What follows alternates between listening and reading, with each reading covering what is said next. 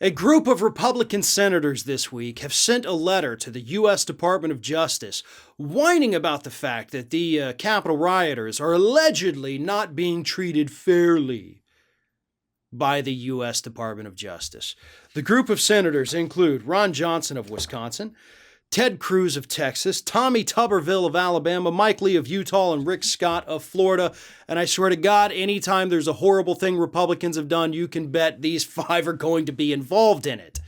But they're telling the DOJ it's not fair that you're going after these people when last summer you had Black Lives Matter protesters out there and they, quote, burned cities to the ground.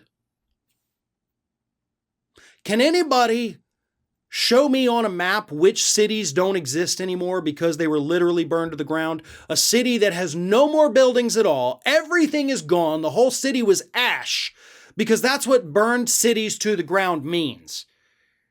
It doesn't mean that a couple of arsonists came out and they burned a building.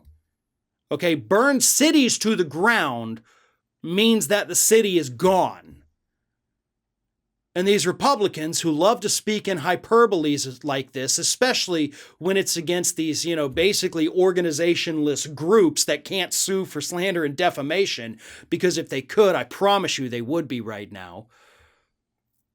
But either way, these Republican senators are saying, you're not going after those people, so why are you going after the rioters?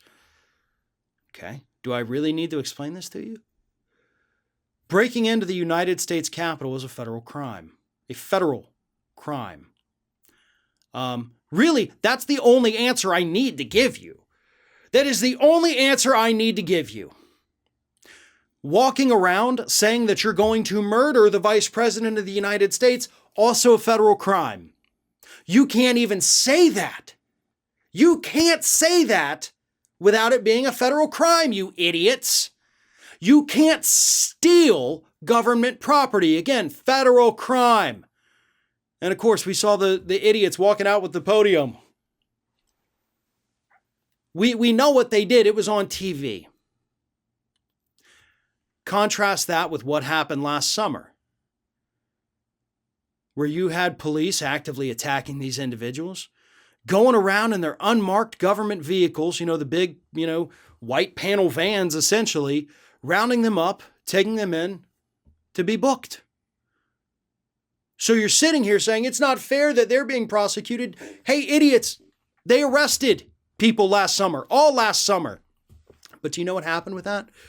As I've reported in the past, most of them, over 94%, I believe it was, over 94% of them have all been released or had their charges dropped, obviously, because there was no evidence that those individuals actually committed a real crime.